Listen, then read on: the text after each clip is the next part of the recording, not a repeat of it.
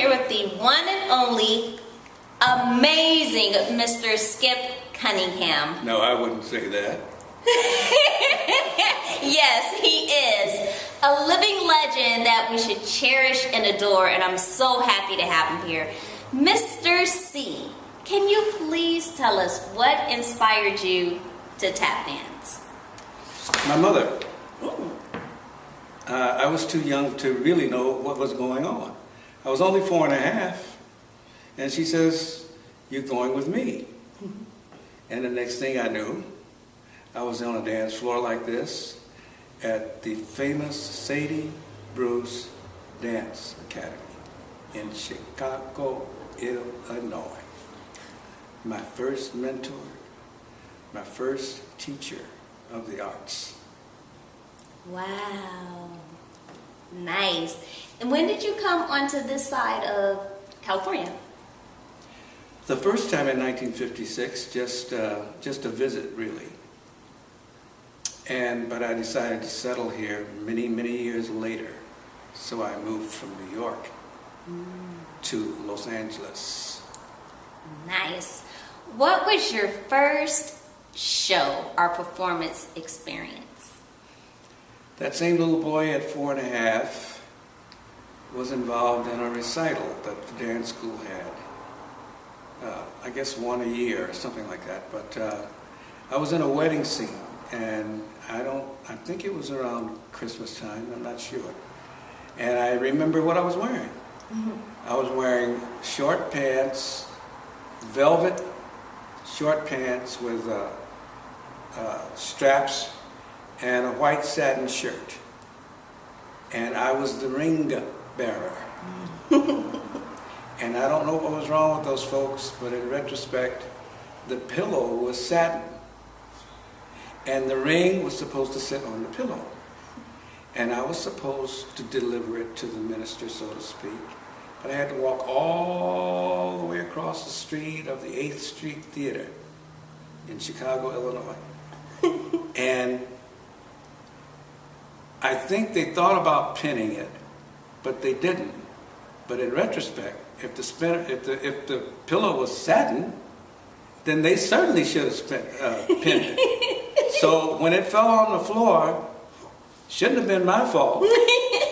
But I felt it was mine because I messed up. So I freaked and cried. And they had to come and rescue me and take me back. And I guess that held up the proceeding a little bit, and they sent me back. I got myself together. But that was the first time I appeared on a major stage doing anything. I wasn't tap dancing at all yet. Yeah. Yeah. What was your first tap dance performance or experience? Your favorite first one that made you like so excited? Well, the same dance school. And some weeks went by, and they were not going to, well, my mother was thinking of just not having me to do it because I didn't seem to show much interest in anything but the candy machine and the gum machine. And the teacher said, no, I'm going to work with him. He's going to be all right. And so I ultimately became the star of the recital as a boy. Wow. And she listed me on the program as the one and only William Cunningham, Jr. See, I told you the one and only, I was right. That's what they said. I love it. Who was your favorite professional tap dancer when you were young coming up? Who inspired you? There was a big gap. Because Bojangles was so famous and really the iconic prototype of tap dance, something to aspire to. But it wasn't him, in answer to your question. I didn't become aware of how good I was getting to be or who might inspire me.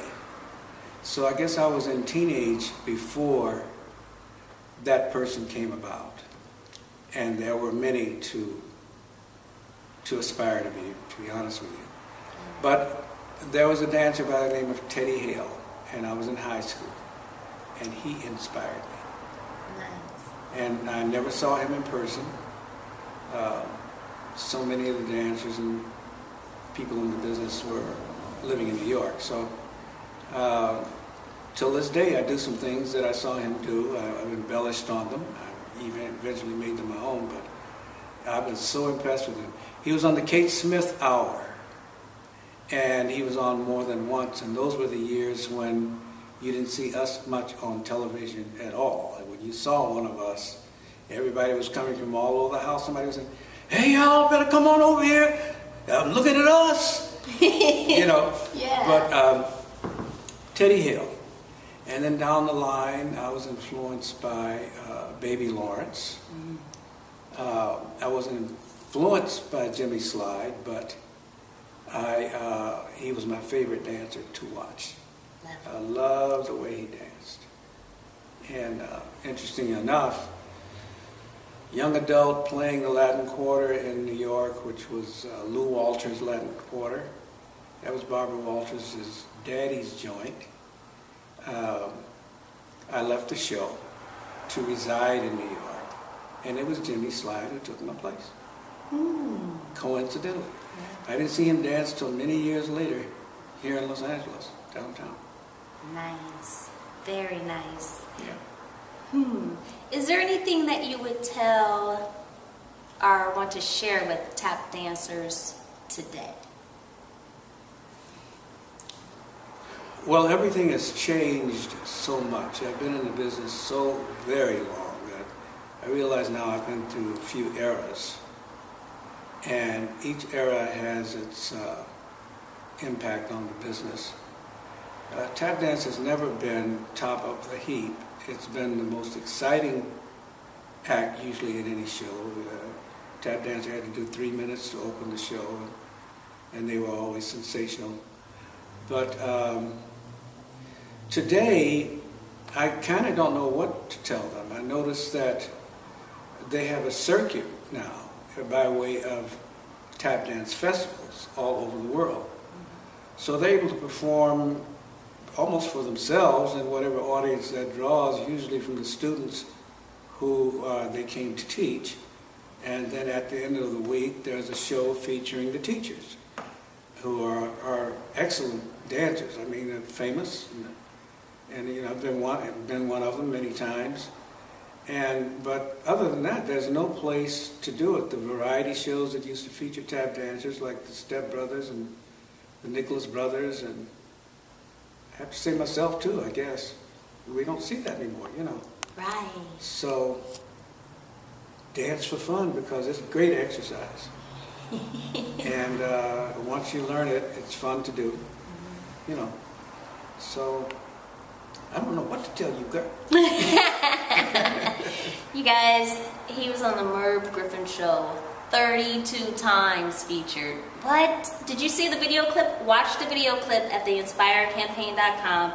Click on Skip Cunningham. I'm going to have a living legend link and just watch him do his thing. He's so amazing. Well, I have to correct that 32 times. You can't do much about what publicity people do with the situation. It might have added up close to that because of repeats. Because in those days, so when I first did the show, there was a TV organization called Metro Media. Okay. And so what they would do is, there was an initial showing in New York, but then it would make its way across the country, and not necessarily on the same night that you did it live. So if you look at it that way, someplace within 32 times I was being seen again. And you know, and of course getting residuals for it and stuff like that, but that's somewhat of a misnomer. Okay. So I don't think I was on quite a few times, but not 32 times, I'm sure. Okay. Well, tell me one more thing and then we'll sum it up. What was your favorite Broadway show that you were on?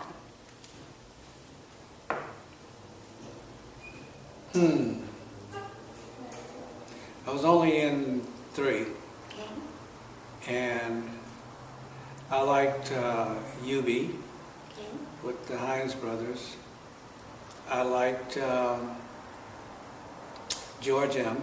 with Joel Gray and Bernadette Peters. So, about equal. Okay. You know, they were both about famous people, and it was nice to be in that. It was exciting to be able to perform, or be able to say I performed on Broadway, you know. Yes. Did you notice how he said, well, I've only been on 3. Some of us wish we were on 1. Well, some He's big amazing. stars do a lot of them, you know. Yeah. They become stars on Broadway, you know. Yeah. That's their genre, so.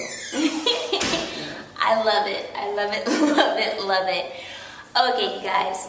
Mr. Skip Cunningham, I am so honored and so thankful for you coming out, for you spending this time, for you sharing with me as we go to keep the art form going and growing and sharing and inspiring people today, tomorrow, and forever. Well, it's a pleasure because you're a very nice young lady, and you're very, you've become an entrepreneur, and I'd like to be part of that. So if I've helped in any way, I'm happy about that. Thank you, Misty. And inspire. Huh? Inspire everybody. I'm wearing the cap, so if I can inspire anybody, you know, I feel good about that. But I'm glad it's you today. Thank you so much. I adore you. I love you so much, and I appreciate you. My pleasure. Bye, everybody. Inspire. www.theinspirecampaign.com. Oh, buy some hats. The profits go to help give kids free arts education. Okay. Bye.